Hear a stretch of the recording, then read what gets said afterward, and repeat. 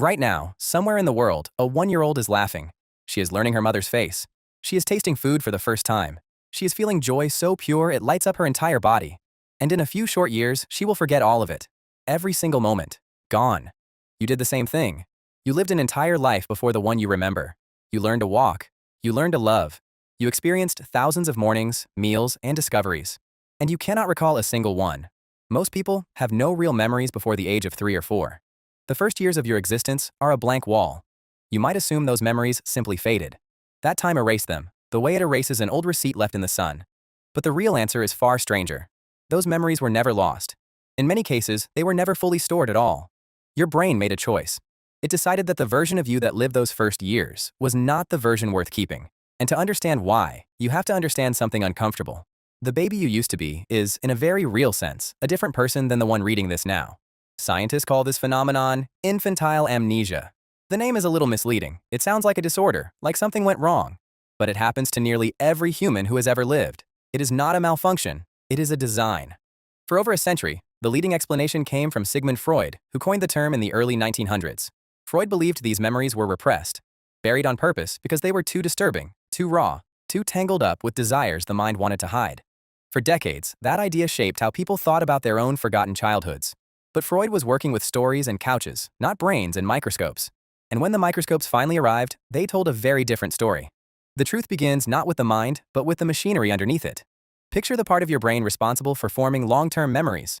It is a small curved structure called the hippocampus. Think of it as the librarian of your mind. When something happens to you, the hippocampus decides what gets written down, where it gets filed, and how it connects to everything else you know. Without it, experiences pass through you like water through a sieve. Nothing sticks. In a newborn, that librarian has barely shown up for work. The hippocampus is one of the last brain structures to fully mature. In your first years of life, it is still under construction. New neurons are being born at a staggering rate. Connections are forming, breaking, and reforming faster than at any other point in your entire life. And here's the cruel twist. That very explosion of growth, the thing that makes babies learn faster than any supercomputer, is the same thing that erases their memories. A neuroscientist named Paul Franklin helped uncover this. Working with his colleague Sheena Jocelyn, he studied a process called neurogenesis, the birth of new brain cells. Their research suggested something counterintuitive. When a brain is flooded with new neurons, those fresh cells push into existing circuits and disrupt the old wiring. They overwrite. The memory was real. The experience happened. But the shelf it was stored on got rebuilt while the book was still on it. So your earliest memories did not fade with age. They were displaced by the very process of growing up. Your brain was learning so fast that it could not afford to hold still long enough to remember. But there is a second reason, and it goes even deeper. To remember an event as a story, you need a main character. You need a sense of I, a continuous self that things happen to. A baby does not have that yet. In your first months, you did not know where you ended and the world began. Your mother's face, your own hand, the ceiling above your crib. These were not separate things filed under me and not me. They were one undivided field of sensation. There was experience, but there was no one yet to own it. And a memory needs an owner. It needs to be filed under a self that says, this happened to me, in this place, at this time. Researchers studying autobiographical memory, including the developmental psychologist Catherine Nelson, found that this sense of a narrative self emerges gradually, often alongside language. As you learned words, you learned to turn raw experience into story. I fell down. The dog scared me. We went to grandma's. Language gave your memories handles. Before language, the experiences had nowhere to grip. This is why the timing lines up so precisely. The fog of infantile amnesia tends to lift right around the age when children become fluent in narrating their own lives. The self and the story arrive together, and everything before that arrival stays sealed behind the wall. Now think about what this really means. You were a conscious, feeling, learning being for years. You experienced a whole world, and the architect of who you are today decided that none of it needed to be remembered, only learned from. Because here is the strangest part. Even though you cannot recall those years, they shaped you more than almost anything that came after. The way you trust, the way you handle fear, the way your body relaxes when someone holds you or tenses when they raise their voice. These patterns were laid down in the years you cannot remember. Psychologists call this implicit memory. Memory without recollection. Your conscious mind threw away the footage, but it kept the lessons. You don't remember learning that the world is safe, or that it isn't. You just walk around already knowing. So the baby you forgot is not gone. She is not erased. She is woven so deeply into the fabric of you that you cannot see her, the way a fish cannot see water. Every preference, every flinch, every comfort you cannot explain is a fingerprint left by a person you will never consciously meet. Yourself. Let that settle for a moment. There is a version of you who learned to love before you had words for it, who felt safe or afraid before you could remember why, who built the foundation of your entire personality and then quietly stepped aside, leaving no note, no photograph, no memory. Only you, walking around, carrying the whole thing. And this raises a question most people never stop to ask. If you cannot remember being that baby, in what sense were you ever that baby at all? This is where it gets genuinely unsettling. The philosopher Derek Parfit spent his life wrestling with exactly this.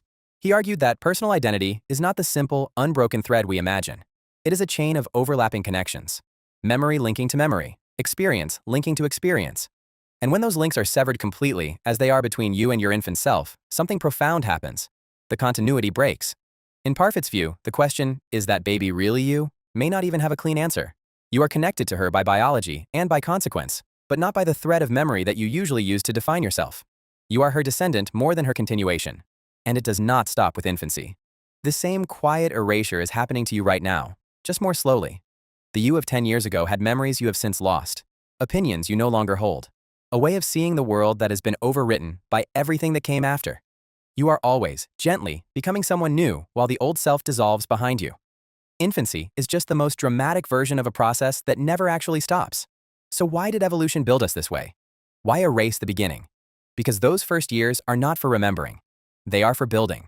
A baby's brain is doing the most important work a human brain will ever do, wiring itself to a specific world, a specific language, a specific set of faces. To do that, it needs maximum flexibility. It needs to rewrite itself constantly. And a mind that is rewriting itself that fast cannot also be a stable archive. You had to choose between learning everything and remembering it. Evolution chose learning. Every time. The forgetting is not the price of growing up. The forgetting is the proof that you grew up correctly. Which brings you back to that laughing 1-year-old. The one tasting food for the first time. Learning her mother's face. Feeling joy with her whole body. She will forget all of it. And that is not a tragedy. That is the most important gift her own brain will ever give her.